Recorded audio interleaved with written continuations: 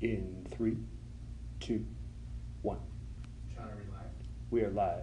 Awesome. Welcome to our 5th live Wheelhouse show. I'm really excited about today's show for a couple of reasons. One, we got the best cold brew in the country here, and we're going to drink it.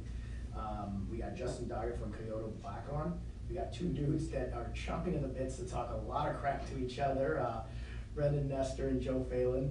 They've already started the crap talk for the Real Estate Rumble next week before we went on air, so I'm excited for that. We're gonna have some Rock'em Sock'em robots. But before we get to that, John, what's going on? You got like a flag in the back. Your background's getting cooler and cooler. You got brick, you got flag. I don't have crap behind you. I know. It's, let me get that focus. Give me 1 second. And boom, there it is. So real quick, cool story. Flag behind me, Chicago flag, as we all know. I don't know if you got a chance to really look at it. It's got a little bit of tatter to it, so to speak. And the reason for that is that Chicago flag was flying over Sloan Park, which is where the Cubs play all of their spring training games all season long. My buddy Tim and his beautiful wife Nadine brought it as a gift when they came into town this weekend. That's pretty cool. Yeah, absolutely. So I was like, okay, so I was going to keep it home, put it by the bar, where my Hawks one is. And I thought, no, I'm going to share it because it's a great story. And I figured that way tens of thousands of viewers every single week could see it. That's right, viewers. Multiply quickly so we can get to tens and hundreds. Not multiply like bunnies or anything, but just tell your friends and two and two and two like shampoo. No, we appreciate all the shares and the likes and the comments. This is only our 5th one, and Justin a second ago was saying it's ballsy to go live. We like going live because you guys can interact with us. So I'm watching you guys in the comments section, so we want this to be interactive. So go ahead, ask us questions, ask them questions. And hopefully during the show, I'll take a look at my phone and be able to ask them the questions you guys have. So I'm done with that. I'm going to introduce Justin first. Justin and I have known each other for a while. We started doing jiu-jitsu together, and he started bringing these bottles of cold brew coffee into jiu-jitsu. And I'm not a coffee guy. We talked about it a few weeks ago. I just don't drink a lot of coffee. And it's the only coffee I drink because it's really, really good. And it's a really cool story, and I'm going to let him tell you the story. But it was grassroots. It started in your home, I think, and then now has transitioned into being in a ton of restaurants in Chicago. He won an award this weekend. He's the people's champ, I like to call it, of the cold brew contest because the people voted him #1. I think some judges that were probably paid off voted him #2, but still a really, really cool accomplishment because that was a national competition. So, Justin, thanks for coming on. Thanks for having me. So when did it start? It started like 5, 6 years ago, 7 years ago? Because you started jiu-jitsu 7 years ago. Yeah, so I've always been into coffee ever since I graduated from college in 2011. My first job was as a barista. So, and I've just been in coffee and restaurants ever since. But I didn't start actually experimenting with Kyoto style at home until around 2013. Okay, so 5 years now. Yeah. What made you want to do or brew coffee yourself instead of just staying in a barista type situation? What made you think I'm going to do it better and I want to go ahead and make this a business? So when I first started as a barista, I was making minimum wage. I was at the bottom level of the totem pole as far as everyone in the cafe was concerned, and I kind of felt that way too. And I said, when I come in here, I'm gonna be better than all you guys. Yeah. Just watch. Like, I'm gonna be better than the GM, I'm better than the guy who's training me. And in 8 months, I pulled it off. Ended up getting a job offer at a different place, at next restaurant. And that was just completely kind of coincidence. It was a little bit of manna from heaven. But I got, at that time that I felt really ambitious about coffee, I got to be put in this ground of like just crazy chefs, just high level executioners of food. And I was able to bring my coffee skills to the table in a place where before I felt like I was kind of getting shut down a little bit. Like I have an idea for this, idea for that, and it wasn't really getting any traction. At this place, they were like, hey, Justin's the coffee guy now, so we're gonna kind of listen to him and see what he wants to do. And at that time, I started doing Kyoto style at home as a hobby because I tried it at a different cafe, and I really liked the texture, the mouthfeel, the sweetness of it. Those are big things for me when it comes to coffee. And I was like, I think I can take this and turn it into like the next thing too. Cool. You said Kyoto style. What does that mean? Because I know you have you studied in Japan, and it's obviously transitioned into this business now. What does that mean? So Kyoto style is a slow drip style of making cold brew. So the way I like to explain it is, you can make coffee two ways. You can either do immersion or you can do drip. Okay. So with hot coffee, that would be something like a French press would be immersion, where the grounds are floating in the water, kind of free, and then you use that little plunger to filter it out. Right. So you can do the same thing with cold brew too. You know, you can put cold brew grounds into like a bucket, and then put it in cold water, let it sit overnight, and then filter that out, and you essentially got a cold French press. Drip coffee is just like, you know, your Mr. Coffee maker, any sort of pour over, anything where you hold the coffee inside of the filter and then pour the water through it very slowly, you know. And the thing with cold brew is, because it takes so much time, it takes 12 to 16 hours to make it, you need to introduce that water very slowly. So what you end up having to do is drip it through one drop at a time, very, very slowly. Wow, so that was a real big process when you were doing it at home. That must have been a huge undertaking every time you were creating one of those bottles for everybody. That must have been a heck of an undertaking. It wasn't too bad, because one brew would do about 4 of those bottles. So this Okay. is like about a wine bottle amount of coffee. Right. So I could pull off like 4 wine bottles at a time using the thing that I built at home.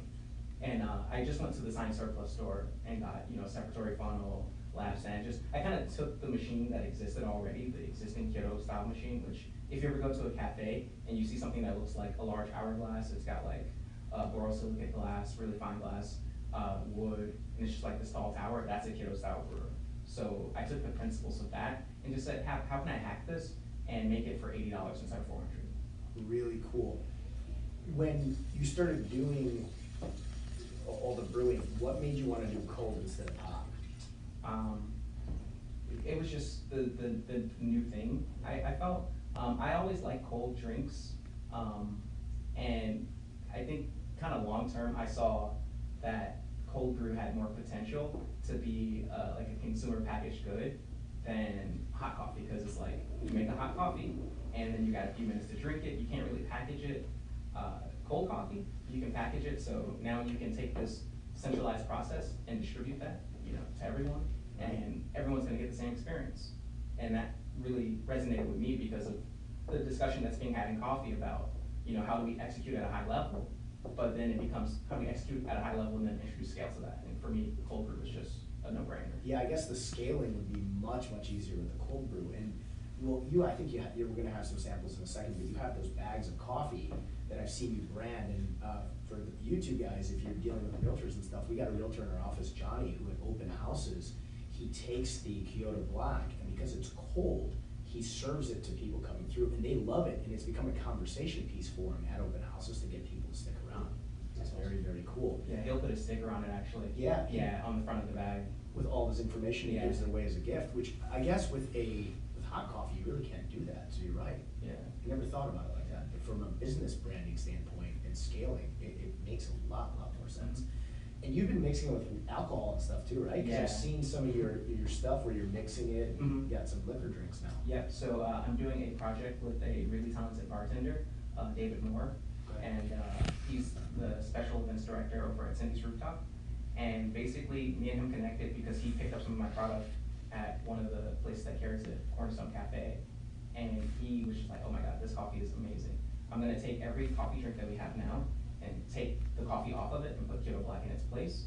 And he was like, that just made the biggest improvement on the drinks, just that little change. And I saw he was tagging me on Instagram, so I was like, hey man, thanks for tagging me, we should hang out, like, you know, I'm hit him up. gonna mix your coffee, I think, with my Patron, because there's Patron Cafe, and it's just not that good. And I drive a Yeah. race car that says tequila Patron on the side, so I wasn't a Patron fan when I started, but now everybody gives me shots of Patron, so I've just kind of grown into drinking Patron. So I have a thing of coffee Patron, and I wonder if I just take his coffee and mix it with Patron, if I'm gonna be in good shape. There's a great shot called Baby Guinness, Yeah, baby Guinness. and it's Yeah, the Patron Baileys. exactly. You Oh. you say that to people. I've said that to bartenders, and they're like, "So you just want a little thing of Guinness?" It's like, no, it's a thing. It's a real thing. And they're like, "Oh, okay." And everybody tries it. Like, even Maggie doesn't like tequila. A lot of people don't like tequila.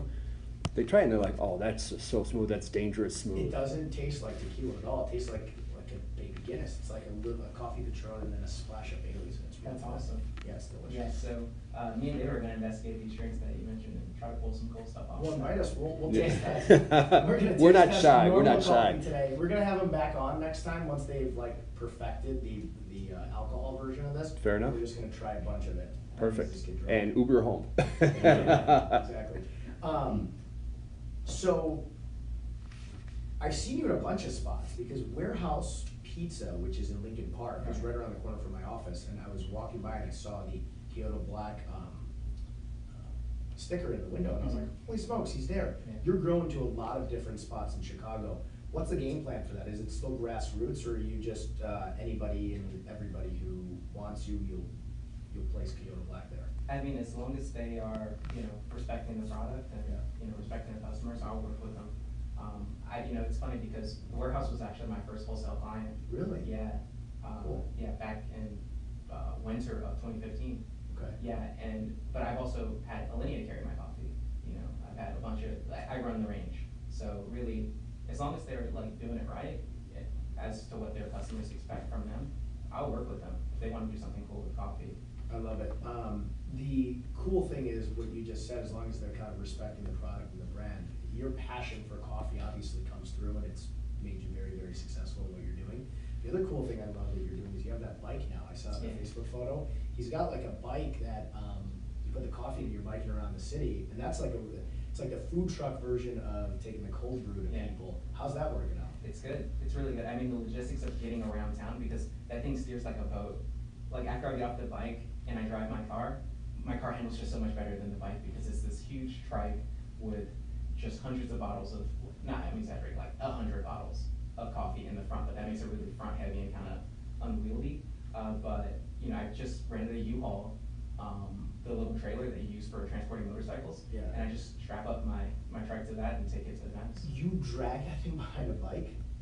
You are, see, that's why he's in great shape. We were just talking before the air about how strong Justin is, how strong he feels. It's because you're literally biking through the city with a U-Haul behind a bicycle. No, so that's not why I'm strong. But no, actually, what I'm doing is I'm putting my trike into the motorcycle carrier and then towing it with my car to events. Oh, that's awesome. I was previously riding my my trike from Edgewater to like center of town. Oh my God. And it would take me 2 hours to get there because the thing's so slow. It's super slow. It's not meant for travel. It's just meant for vending. Hanging out, like Exactly. an event. How's that been? How's like the reception? It's been really good. That's awesome. I'm just getting noticed, and it's kind of crazy because I'll be somewhere and people are like, "Oh, it's Kyoto Black," but Justin's here. Like, It was really cool to see it from when it was a bottle at Valco BJJ, Yeah. and then really cool to walk by a restaurant and then see the sticker in the door. It was like the coolest thing. I was like, holy smokes, there it is. It's crazy. Like sometimes, I'll sit back and look at it, and it's like the evolution of it. Like I had this was a little bit of a sappy moment for me, but I had this crazy feeling one time when I was coming to class. So I started off by just kind of giving the coffee away to everybody at class because I was making more than I could drink myself, and I was not going to throw it away. It was way too good. So I was like, let me just give it to my boys at jiu-jitsu, make them happy, and I'll just keep tinkering. And eventually, I got kind of busy with work. At this point, I was working for Metropolis as their barista trainer, so I was training their staff, getting free coffee from them. That's because that's just what they do. They give free coffee, beans to everybody. And so I got all this excess coffee to just kind of play with, giving it away. And then at some point, I got too busy at work, so I stopped making Kyoto style at home.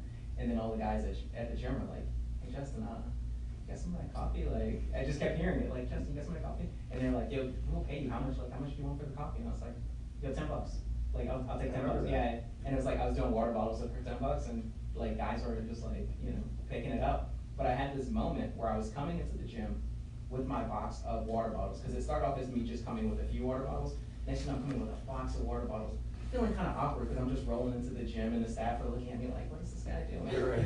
And I had this crazy moment. It felt like a movie where I was like this feeling of community where I'd been doing something that was my hobby, and then my jiu-jitsu family loved it so much that they latched onto it, and it's allowing me to do it's allowing me to essentially get ready to lose my job. Like that's what's going through my mind is I can start my own business through this.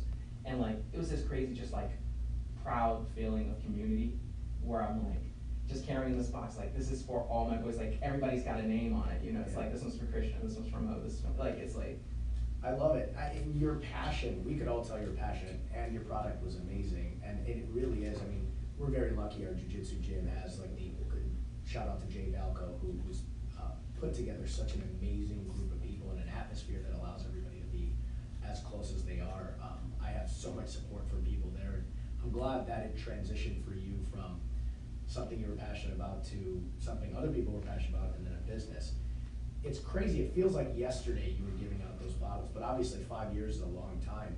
Any advice for somebody who's trying to get into a grassroots business? Because we're gonna, kind of the undertone of WheelHouse is give some advice to aspiring entrepreneurs, because you've done it in a way where not only were you passionate, but it's one of the best grassroots growing a business stories that I've ever heard of. Any advice for somebody trying to do that? Yeah, I mean, I would say, just look at where you can build the most leverage for yourself. One thing that I was thinking, because my background is a barista. That's my professional background as a barista. And if you hang around baristas long enough, let's say if you stage with baristas, you'll see that there's a certain kind of way of thinking about coffee. There's a way of thinking about your progression of your career. And there's even a way of thinking about what is good coffee. And, I looked at all those things, and there was a certain narrative that existed within the industry. And I was like, I'm not gonna buy that narrative. I'm gonna see where my strong points come into play. I feel like I had a great palate, so that was something I relied on. And I had a great feel for what would make other people happy. So the coffee that I made, Kiddo Black, the flagship coffee, that's not the actual coffee that I drank every day. But I was like, what will make other people happy? How can I make the best version of that possible? Typically I drink light roasted coffee, but I respect dark roasted coffee. And I also said, if there is no one, if guys who are great at it don't make it, then only guys who are terrible at it are gonna make it. Sure. So let me go in there and show people how dark roast is made and make the best dark roast on the market.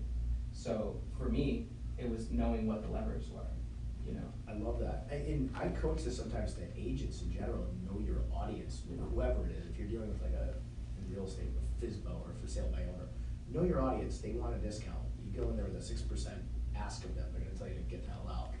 You took a look at like the broad scale audience of people who drink coffee and really, it's grassroots, but it was also a very scientific, almost intelligent, very intelligent way of looking at how to grow a business, especially when you thought about the scaling of the business when it came to cold brew versus hot brew or warm brew.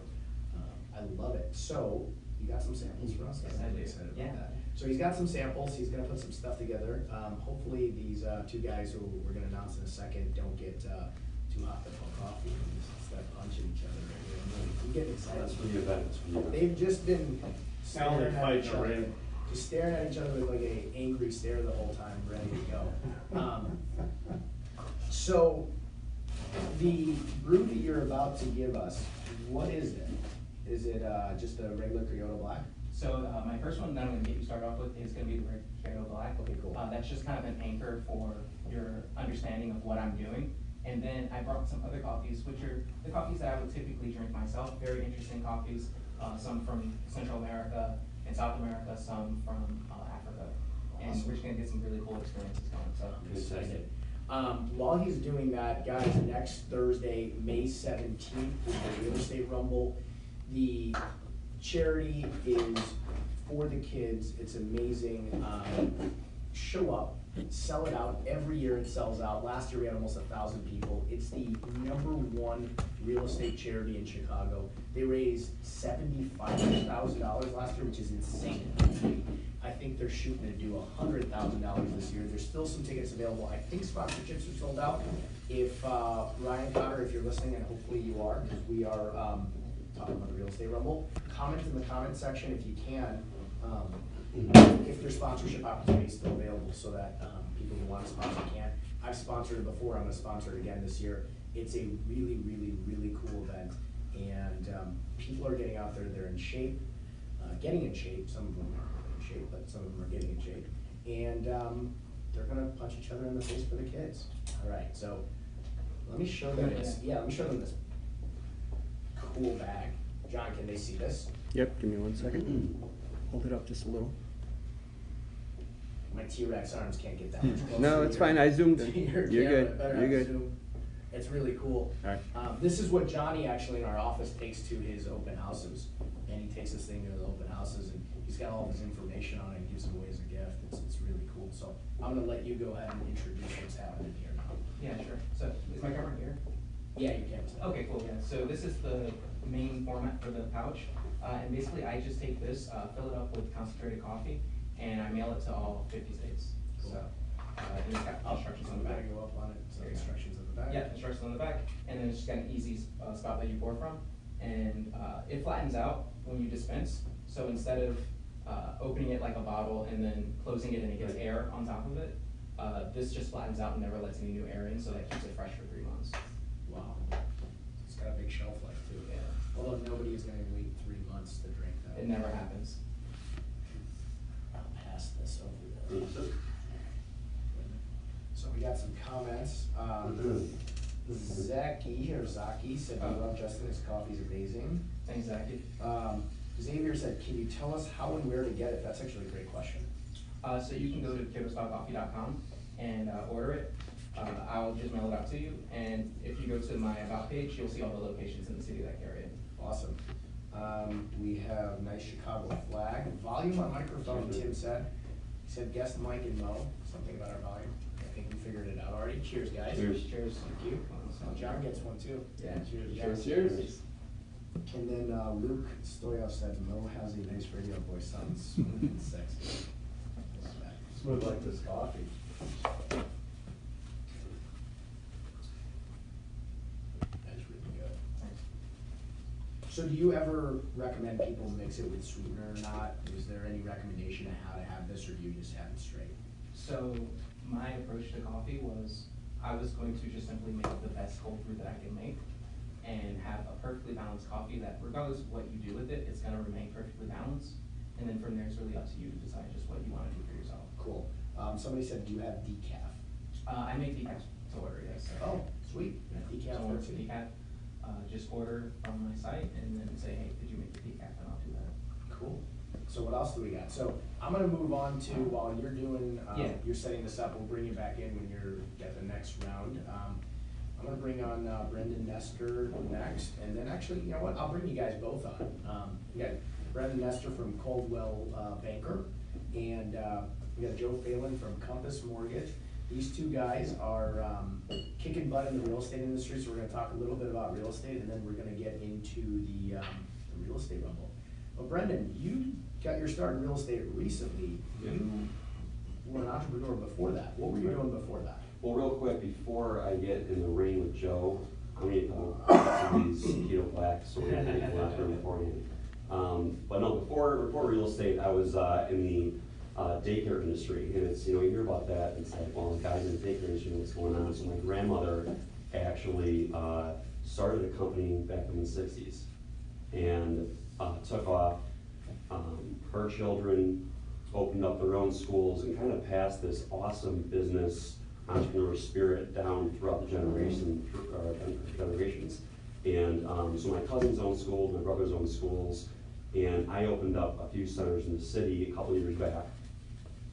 And my third year, a couple of years, went through the ups and downs of going through a business, small business, and third year really took off. And I wanted to do some investing in real estate, and so I got my license, and like fate or whatever you want to call it. 2 months later, I was approached to sell my schools, and it fit, everything fit with the with my partners and things like that. So I sold, and went all in real estate, and in doing that. I really found my passion, if you want to call it that, networking, connecting with people. My father was a builder, and real estate was always there, kind of in the background.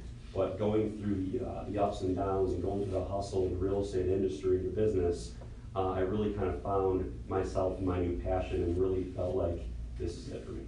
I love that. Yeah. So, and a lot of realtors, I think, I coach and train a lot of realtors, and I think the biggest missing piece for realtors is something you obviously already have, and it's that they think of themselves as salespeople, not as a business owner. Right.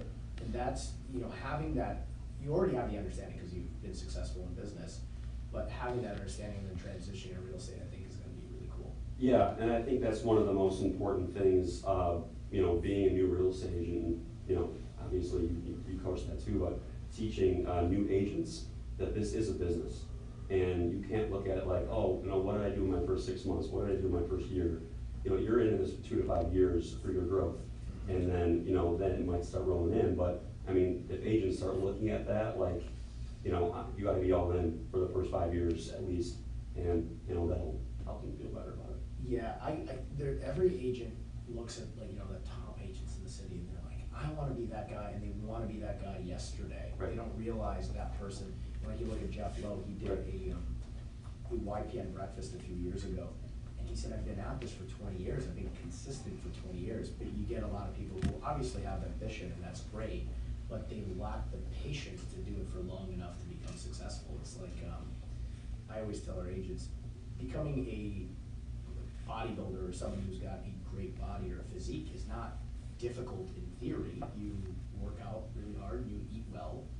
It's just most people don't wanna do it consistently for long enough or don't have the drive. And it's the same thing with business and real estate. They're really excited for a month, 2 months, maybe 6 months, but then month 7, 8, they stop doing it. And that's what stops them from being successful. So I love that you already have that. What made you become passionate about real estate? Was it because your dad was a builder? You know what, no, I mean, to be honest with you, I think just overall, just connecting with people and, you know, kind of what the keto black, just making, you know, people happy about, you know, their situation or what they're going through. He does it through coffee, you know, finding someone a home where they can raise their family and create memories, you know, is kind of it for me. And then just obviously the overall connecting. Yeah, it's awesome. So we got another coffee here. What do we got? Yeah, so this one is a Brazilian coffee, which is, so my flagship blend is half Brazilian, half Guatemalan. Okay. And this is just a light roasted Brazilian coffee from a different farm. It's got like this kind of pastry nose, like it smells like baked goods. Okay. And it's kind of nutty, so I'll let you enjoy that. Is this it right here? Yeah, that's it right there, so go ahead, I'm gonna get your take on it. Cheers. John, you don't get one? Damn. Oh, Johnson's right Oh, there. Johnson. Oh, all right. I was gonna say, I'll step up. This is the best one, so. Thanks, sir. Yeah, so I brought 5 coffees in total, so. Yeah. You know what I think it is for me? I think it's, I like it cold. I think I just didn't like coffee because I didn't like warm coffee. I'm Persian, so we had tea growing up, and I don't mind tea. I didn't love warm coffee, but I actually like the cold brew. You know what? I'm 100% Irish, and the Irish are very, it's tea over coffee, you know? So you go to my, you know, if I go to Galway or back home in Dublin, Ireland, at some family's house, they'll serve you tea and not coffee. So, yeah. Is it breakfast tea? You know, it's just, I'm not sure. Okay. It's tea. It's just tea. Yeah, yeah. You know what, because when you walk in the front door, it's like you want a cup of tea, you know? That's, I don't know what it is. Oh, Or whiskey. Yeah. So what do you think about the real estate market going into the summer? I think it's strong, but what do you Yeah, think?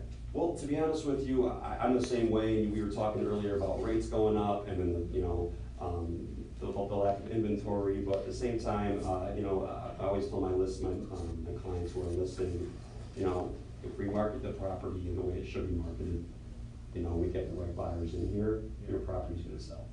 Yeah, You know? every property sells, it's really pricing it right, the right Right, marketing. right. I find that anything that's updated though moves really, really fast right now. The stuff Oh, yeah. that's not, it just lags on the market a little bit. Right, and, you know, having that conversation, you know, agents or newer agents, to be more specific, having that conversation, not that raw conversation, we'll call it that, with your clients. Listen, this needs to get updated, or this needs, both of these things need to get updated, or it's not gonna sell. You know, you have to be honest, you have to be straightforward with your clients and give them that respect immediately. Completely agree. And it doesn't make a lot of sense, we were talking about it, to rent instead of own anymore. Yeah. So it's the alternative to owning is renting, and it doesn't make any sense. Right, no, I completely agree, and we were talking earlier, you know, you got a property that, you rented out, and then, a couple of years later, it was going for, you know, how much the mortgage was actually, so I mean, right now, I would recommend buying over renting. Well, let me bring in your soon-to-be opponent. I'm gonna bring in Joe Phalen here from Compass Mortgage. Joe has been in the business, he reminded us at the beginning, 26 years. You don't look like you've been in the business 26 years. No. You have that touch of gray thing going, but you don't look like you've been in for 26 years. Yeah, right out of college, May of 1992, I got a mortgage business. That's awesome. Yeah. When you got in, rates were a lot higher than they are now. Yeah, 9.25%. So we were in a falling interest rate environment at 9.25%, and I think the first few years we were in the middle eights. Was after that, but it was a market for me where, and similar to the stories and what we're talking about is, I had to open a business within that business. I had to go out every day, work within the real estate community to generate referral. That's what they told me to do, that's what I was taught to do. It took, similar in the way that real estate agents and loan officers, it took me years to build up business. And I had a good start, but looking back on it, it really took me years to develop and really have a sustainable business. And I stopped originating about 7 years ago. I got an opportunity to get into senior management and kind of backdoored into that. And my production team still exists 7 years later. They did 85 million, about 265 transactions last year. So they're phenomenal. And I look at that and say that's something from a loan officer's perspective that you can build an annuity, you can build a sustainable business. And for me, I'm not attached to it any longer. They work with me at Compass, and that's something I'm very proud of, that I was able to give that to them. They had to hire my son when he graduates college, but I was able to give that to them, and they still are able to carry and really do well with that. No, that's great. I mean, you build a legacy business that's going to continue on, and it's also supplemental income. Supplemental income streams are so important. They say the average millionaire has 7 streams of income, Yeah. I've read, which is awesome.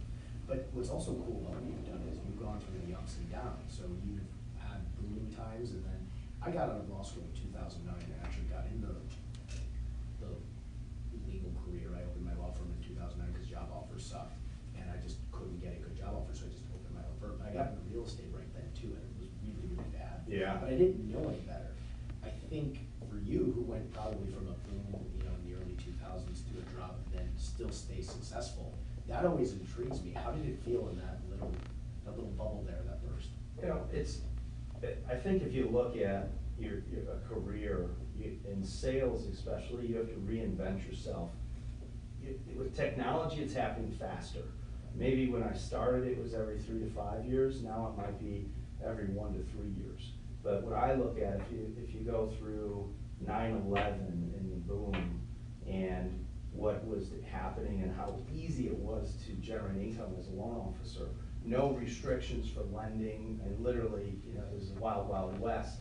Unfortunately, we paid for that later, but that was, at that time, I was about 10 years in the business, and I really focused and worked with the real estate community in Chicago and the western suburbs where I live, and we really built a great book of business with agents. So when the crash happened, our income was affected, but looking back on it, 07, 08 were really tough years. 08 was the toughest year I ever had in the business, and it was a lot of my personal real estate holdings made it tough. My condos that I built in Downers Grove that are now a great apartment building. And then the mortgage business, my income dropped in 60% that year. We were able to sustain through it. We did decent volume, but that was really reinventing in my mind. That's where we had to reinvent ourselves, and things had to change, and products went away, and you really had to get back to what I felt and I still feel today is the basics of lending, which is put the customer first, focus on the experience for that customer so that you gain referral, but yeah, I think the other thing that happened in the crash for me was I was running a team. We had done 100 million, about 400 deals a year for 9 years. That was what we averaged, 120 million.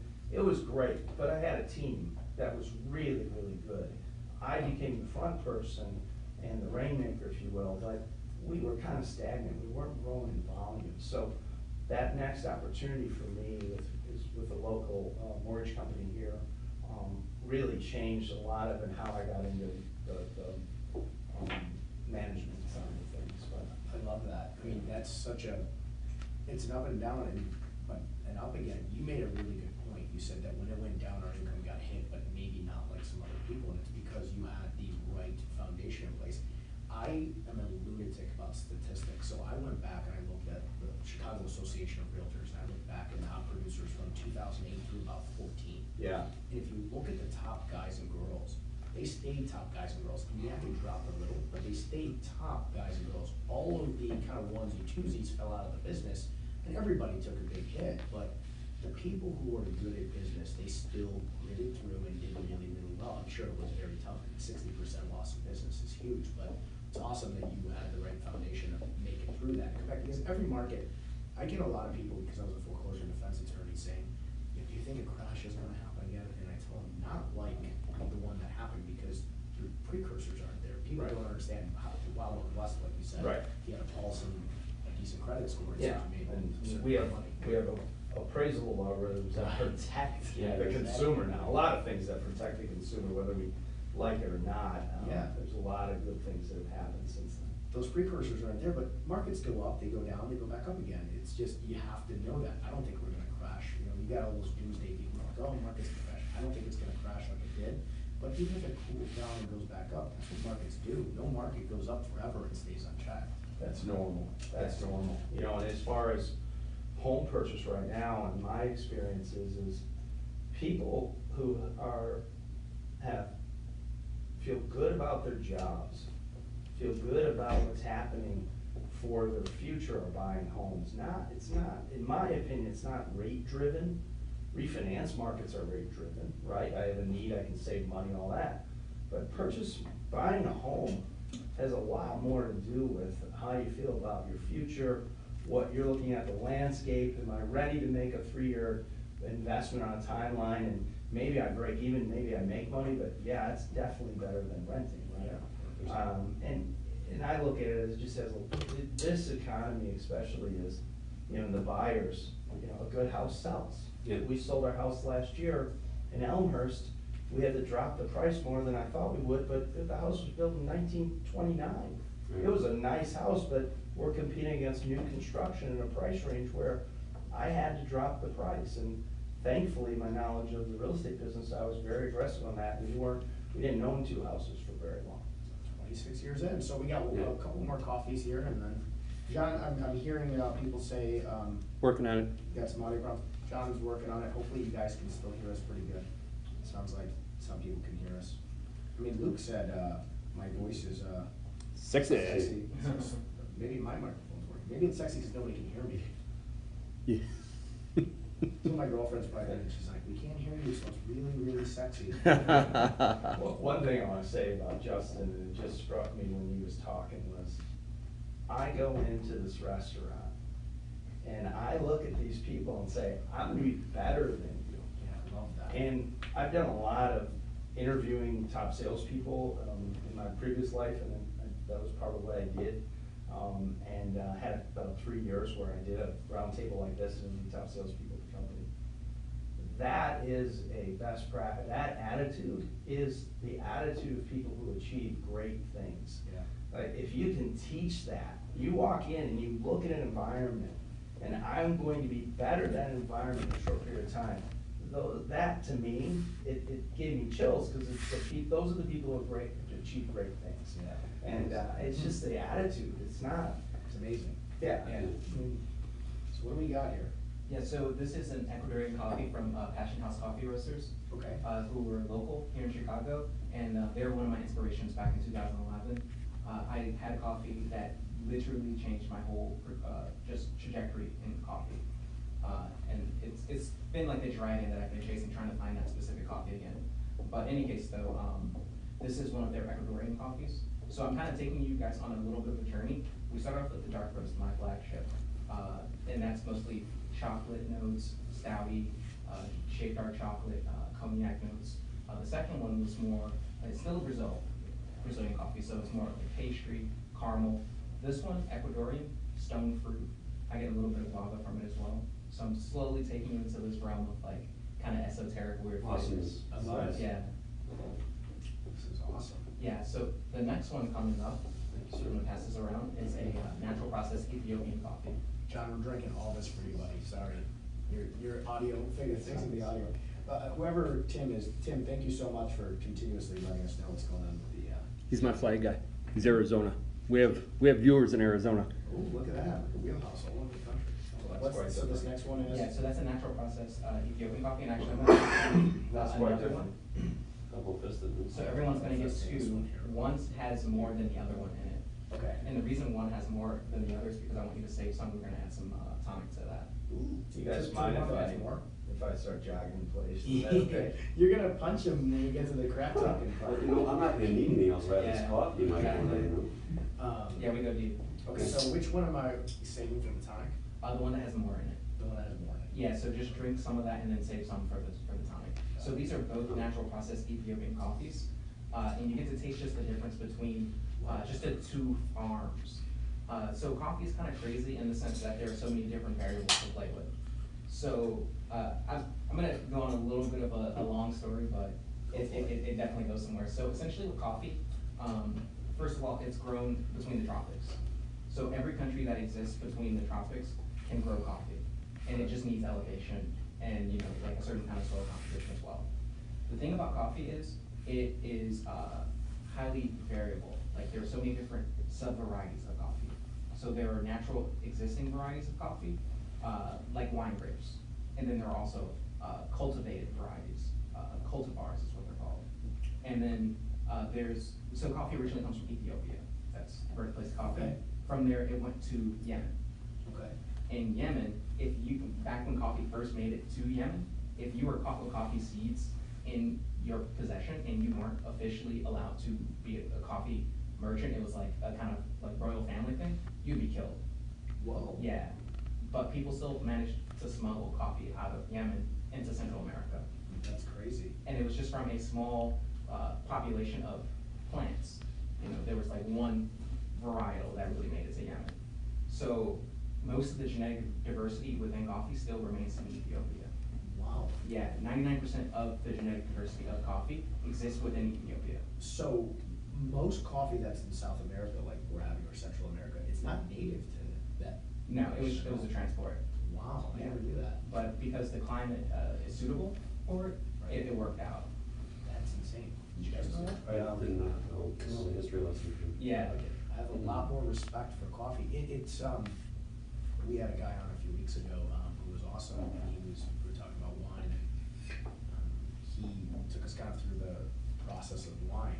And I've seen the process of beer. I've been at a hops farm and seen how much work goes into, every time I have a glass of beer now, well, a lot of work went into being able to have this. And then now with coffee, there's so much that goes into it, it's crazy. Yeah, and then to add another layer of complexity to that, you have processing. So processing is basically how you take that cherry, because coffee is the seed of a fruit that grows on a shrub. And Seed of a fruit that grows in a shrub. yeah, it's like a little bit of a tongue twister there. But in any case though, so the fruit is called the coffee cherry. Okay. And it actually gets used, it gets dried out sometimes and turned into a tea-like drink. It's called cascara, which it means skin, because it's the coffee skin. And essentially you take that fruit from the seed, you remove it from the seed, and then you have to dry that seed out and you can roast it. Interesting. And so coffee is technically a spice. Wow. Yeah, it's kind of wild when you think about just what coffee really is. It's insane. You take it for granted because you Yeah. drink it and you go to a Starbucks or something, or you get your Kyoto Black and you drink it and you have no idea how much goes into it, Yeah. how much. It's mind-blowing. It's mind-blowing. It is. So Brendan. Yeah. One thing I wanted to ask you, and I completely forgot. A few weeks ago, we were talking about kind of how schools are affecting learning, and you were doing it at a preschool level, so it was very ground up. Right. Any thoughts on how schooling's going and prepping people for being a business owner or being in the job market? Because it's something we were discussing a few weeks ago, and I think it's a pretty cool topic. Yeah, you know what, well, being in the preschool industry, what my schools, when I had them, what we prepared children for was the next level. So a lot of schools are just, you know, the daycares or playtime, whatever. We really had a program that allowed the children to learn, to be prepared for first grade, for second grade, for third grade, and to really flourish in their next in the next, at the next level, socially, emotionally, physically, because we get, you know, fitness programs and intellectually. So for me, and my expertise was just that, you know, 6 weeks through 5 years, giving them that solid, extremely solid foundation to where they can achieve anything and have that mindset, that business entrepreneur mindset. You know, it doesn't matter. You can achieve anything you want. And we built that strong foundation in them, you know, from the time they were infants. So a lot of our children were going on to, you know, schools they had to test into. They were having interviews with, you know, their headmasters or whatever, and getting into these schools, and we really found that we had this fantastic program, you know, getting children in. I think that's really important, what you said with getting somebody prepared for the next step, which is what you guys are doing. Right. But I feel like that's the, maybe that's the key when you're in high school, getting a program that properly prepares people for the next step, and then when you're in college, Yeah. properly preparing you for the workforce. Right. No knock on law school, when I went through law school, it didn't prepare me at all to be an attorney. I got out of law school, I opened my own law firm, I had no idea what I was doing. Some of my early clients from my Facebook friends, they're like, wait, we paid you, you didn't know what the hell you're doing. Right. But I really didn't. I would go and sit in court and learn because nothing prepared me for it. So I think that, you kinda hit the nail on the head, to prep you for the next thing. Right, and then experience as well. And then, you know, me being my first year in real estate, this past year, I try to get as much experience as I possibly could, residential sales, rentals, commercial leases, land. I really try to get my hands dirty in absolutely everything I possibly could, because, you know, I just wanted to, first of all, figure out what was going to be my niche, or my thing. And then secondly, I wanted to be able to have an intelligent conversation about commercial, residential, you know. You definitely don't come off like you've only been doing it a year. And I coach and train realtors, we got a ton of them. I coach and train like 65 of them. And when you're talking about real estate, and it must be because you've entrenched yourself in learning about real estate, Yeah. you definitely don't sound like you've only been in it for a year. Right. Well, you know what, too, my first year, and this is hard to get too in real estate, because time is money, as a mentor, you know, so I latched myself onto a guy who was committed to, hey, this is how this goes, this is how the contracts go, this is this stuff. And I was able to learn at a much quicker pace than most new agents. And just being in business, I know the value in there. Hey, get yourself to a mentor who's going to coach you up and, you know, take you to the next level we're talking about. I love that. And we talked about that a few weeks ago about two people were on the show that talked about their tip for entrepreneurs was get a mentor and learn from them, because if you don't have that, it's silly. And most things, especially in real estate, the path to success is out there. We can see what all the best agents are doing. You just have to learn it and then implement it consistently. All right, so we are going to start talking crap in a second here. Awesome. John's telling me don't talk crap yet, because we're working the audio, and I think we are trying to work the videos so that we can get the actual rock'em sock'em robots going. But before we do that, let's talk about the coffee so that we can get the videos all set up. What do we got here now? So, There we go. Tonic in. yeah, There we go. Yeah. I'm excited. so basically, I just added some tonic water to the second Ethiopian coffee that you had, Okay. which is just a real simple, refreshing drink. I like to do coffee and soda every morning. You know, I don't necessarily do tonic because it has sugar, but I'll do just sparkling water with it. That's fantastic. Yeah. That is so good. Yeah, it's I like, never thought of mixing those two. it tastes like colors. It's, you know, Wow. super. The colors got a taste. Yeah. So can I see the tonic? So Yeah, you said absolutely. Tonic water Yeah, and just 365 tonic water, yeah. 365 tonic water and coffee. Yep. Oh my God, that's really good. It's really refreshing. This Exactly. is perfect for when it gets warm out, you know, Yep, like Coffee. now. refreshing drink. Coffee spritzer. We're gonna have a bunch of this at Main Street for agents, because this is great.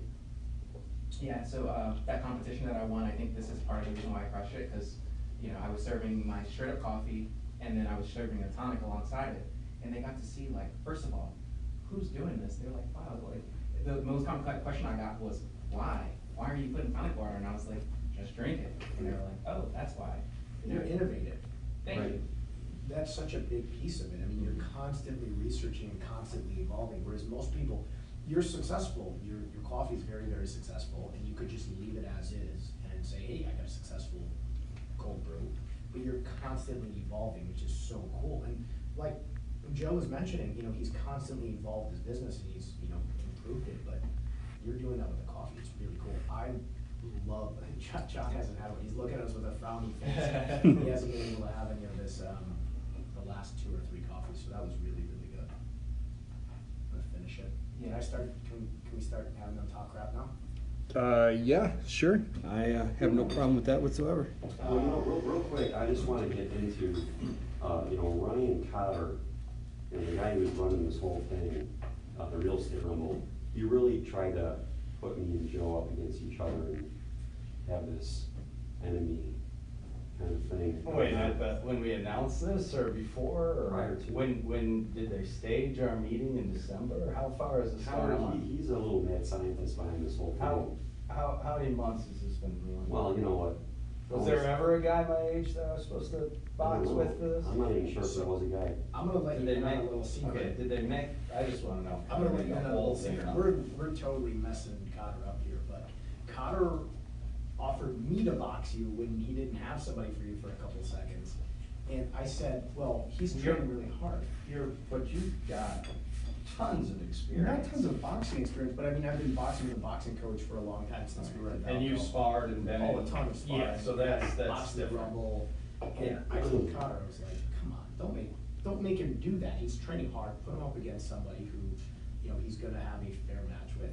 And Cotter was like, come on, it'll be fair. You guys will get in there. And I watched the video on you, and Lally had taken a video, and you were really good. So when he told me to box you, I was like, this isn't gonna be fair for him. And then I watched videos, like, you're training hard, you look good. So Brendan, I've seen video on him, Michael, hopefully you haven't seen any. I haven't seen any videos.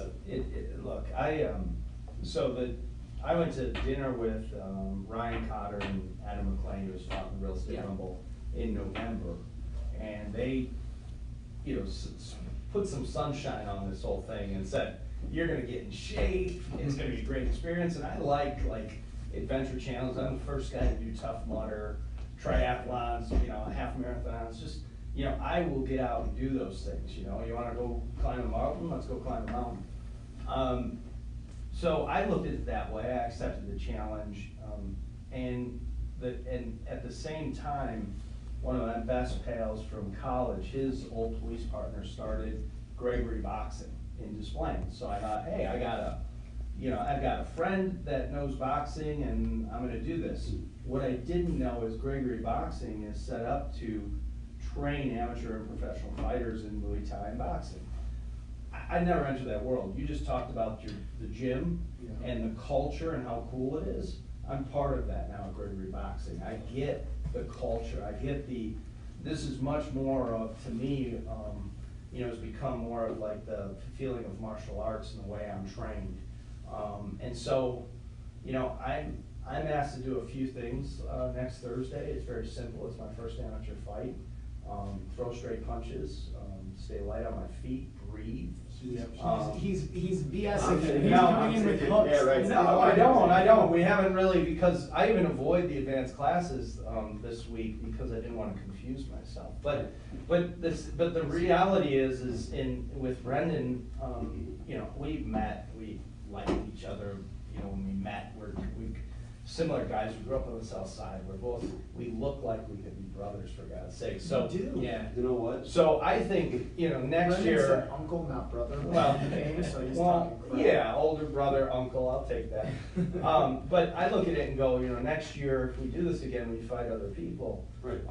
This year, you know, I think he's a great guy. I'm gonna get in, and I was trained to do something that I've worked really hard at and got into, so, you know, that's kind of how I look at it. The opponent part, I've gotten my ass whooped in sparring by guys who are sparring to fight real fights, and I know what that feels like. And not that Brendan can't put a whooping on me, but you know, these guys it's different. You know, they're going in. I mean, I fought a kid who's 20 years old who tried to knock me out, and I took his punches and I didn't get knocked out. Now I didn't spar for a couple weeks, but I know what it's like to have a mild concussion from sparring, I'll put it that way. Right, and well, I think it's important for all the guys in this to know that, you know, if you haven't boxed before, the first time you do get popped in the mouth, you know, your game plan kind of goes out the window, because you really don't, you're not prepared for that. Well, we talked about it, so you boxed and wrestled, Justin has done grappling and Yeah. boxing as well, and so have I. It's weird with grappling. You can, so if Justin and I were grappling, he'd kick my butt, but we could have varying levels of intensity, and it's, you know, and if I get in a lot of trouble, I'll tap out.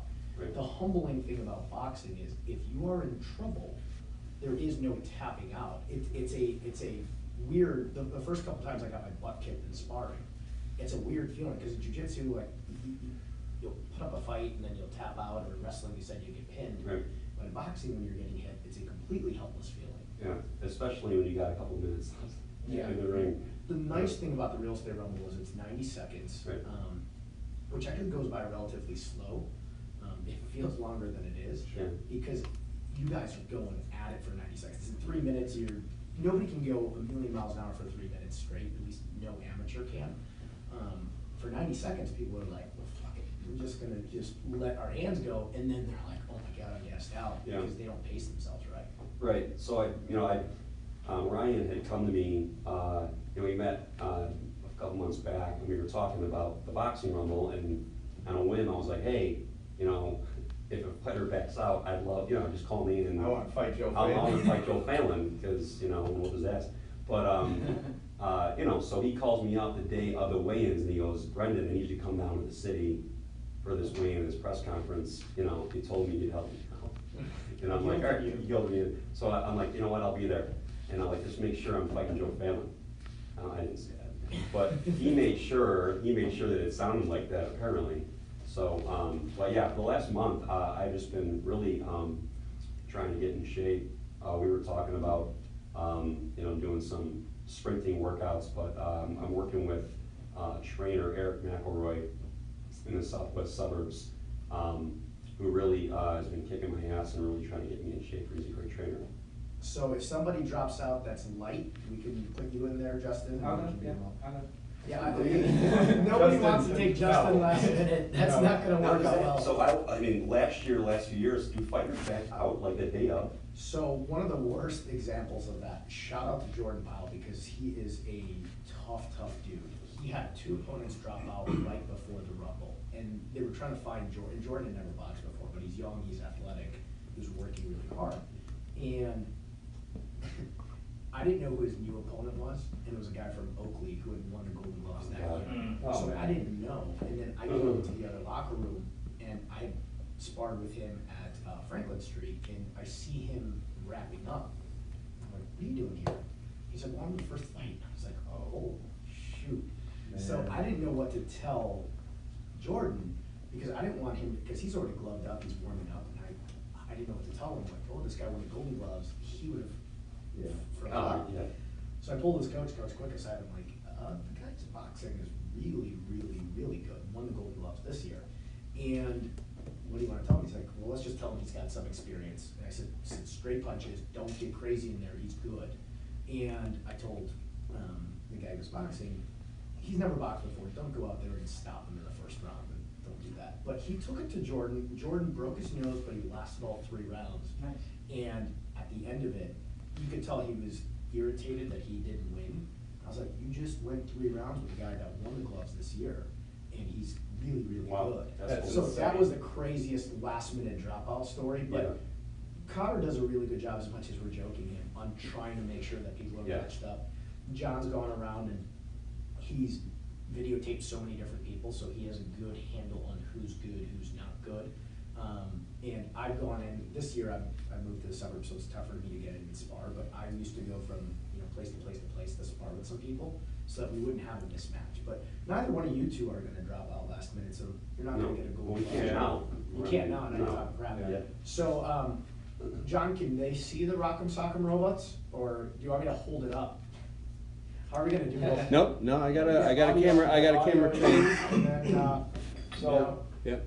all right, guys, we got a Brendan on the blue side, and Joe, you got the red side. Can you see it? Hold on one second, yep. Hold All on. right. Everybody ready? Is it ready to go? Uh-huh. Get them to go. in the comments, place your bets. Yeah, place your Can bets. we tap gloves? You guys have fighter nicknames? We do have a Fighting fighter Joe nicknames. Fighting Joe Phalen against Brendan, the Irish hitman Nestor. Nice. The hitman. Yeah. All right, on the count of three. 3, 2, 1. Oh. That was, Wait, that was was that a a double tie. KO? That was a double KO. I like that. Oh, we There we were go, gonna guys. we're gonna leave it as even. Ooh, That was the most even. Wow. Hopefully you guys don't like one punch knock out each other right. I was at the just end throwing there. my One jab. by Yeah. one. What, is that Rocky 3 or Rocky My 2? jab. On Apollo and then go ahead? Yeah, and 2 and then they two, fall. yeah, okay. Rocky gets up faster. Yeah. So, I think we're out of time, I think we're at an hour. So, to wrap up, thank you so much, Justin, for coming on. For those of you, what's the website again for Kyoto Black? It's KyotoStyleCoffee.com, or just Google Kyoto Black. I'll be the first, second, third, fourth.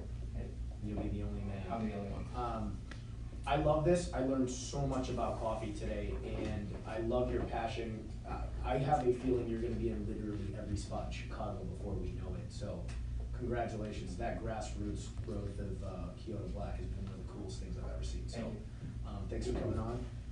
Brendan, thanks for coming on. Yeah. I love the fact that, you know, you're a year into real estate, but it sounds like you've been in it for 10 years, and wanna have all three of you guys back on sometime soon. Yeah, I So appreciate that. good luck training in the next week. Yeah, Yeah. we'll take care of it, And, yeah. Fighting Joe. Yeah. So, not a lot of trash talk happened. You can tell No. you guys like each other, which is Yeah, good. there's a lot of respect. Going, Yeah, hopefully. you know what I learned though with the training was respect and Respect. humility, like it's Yeah. not, I really look at it as, you know, a lot of things can happen. I've been trained to do a couple things, if I do those, I feel good about it. Yeah. Yeah. Like, that's more important to me, and what I do for Wayne and Jason, Tommy, who trained me, that's the most important thing for me in this. It's funny, it didn't start out that way, but once I got into that culture, and I recommend it, and you know, getting in and sparring and training like that, yeah, it's changed my life for the better. The level of respect in martial arts, I mean, our jiu-jitsu coach Jay always says, just go out there and do your best. I'm not going to be upset if you lose. You just have to go out there and represent yourself and the school well, and then Yeah. that's it. And even when I first started martial arts, I started when I was 4 when I was in karate, but the first couple of jiu-jitsu tournaments even, I was like, dang, I'm gonna mess this guy up, and I'm like a white belt, I don't know, what am I doing? Now you shake hands and it's a respectful thing. It's Yeah. a really cool thing. I know you Yeah. guys know that too. Yeah, I mean, the most hugs you'll ever see is at a jujitsu. Yeah, it's a bunch of dudes rolling Yeah, out and yeah, hugging each yeah. other. Yeah, I mean, like, after every match, it's like, you know, good job to your opponent, you know, pick Right. them up, because you might visit his gym the next week and train with them, and, you know, there are no hard feelings, because you're all just sharpening each other. Right. Yeah. Oh, Yeah, sorry, go and for you it. talk about representing, you know, in this case, we're representing Big Brothers Big Sisters charity, and, Right. you know, because of my background, working with children, you know, it's not really about the trash talk, it's about, you know, getting in shape, putting on a fun show for everyone, but more importantly, raising the money for Big Brothers Big Sisters. And that's the big key, and thanks for bringing that up. Next Thursday at the Park West Real Estate Rumble. Guys, again, tickets are available. Go to, John, is www.realestaterumble.com? Chicago Real Estate Rumble. ChicagoRealEstateRumble.com, because we are gonna be going national with this thing. Buy some tickets, hit up Ryan Cotter. He doesn't have any free ones, so don't try to shake him down. People try to shake him down every year. They try to shake me down for him too. I don't have free tickets, so don't call me with free tickets. It's a charitable event. Charitable event, yes, paid for your ticket, money goes to the kids. But I'm not kidding you, every year I get 20 text messages like, hey, you got some free tickets to the Rumble? It's like, no, buy your damn tickets. So next Thursday, get your tickets. Next Wednesday, we will be back on 3 o'clock Central. We're gonna have on the Real Estate Rumble crew. We're gonna have on Ryan Cotter. We're gonna have on Greg Pekarsky. We're gonna have Albron Hanna, who's gonna fly up from Miami for this thing. And John and I will be with you guys next Wednesday again at 3 o'clock. Thanks again, guys, for tuning in. This was a lot of fun. Hopefully the audio wasn't all too bad. It'll get fixed. It'll be fixed by It'll be next fixed week. by next I week. promise. People are saying they can still hear us, so I hope you guys had fun. I sure did. I'll see you guys next week. In 3, 2, 1.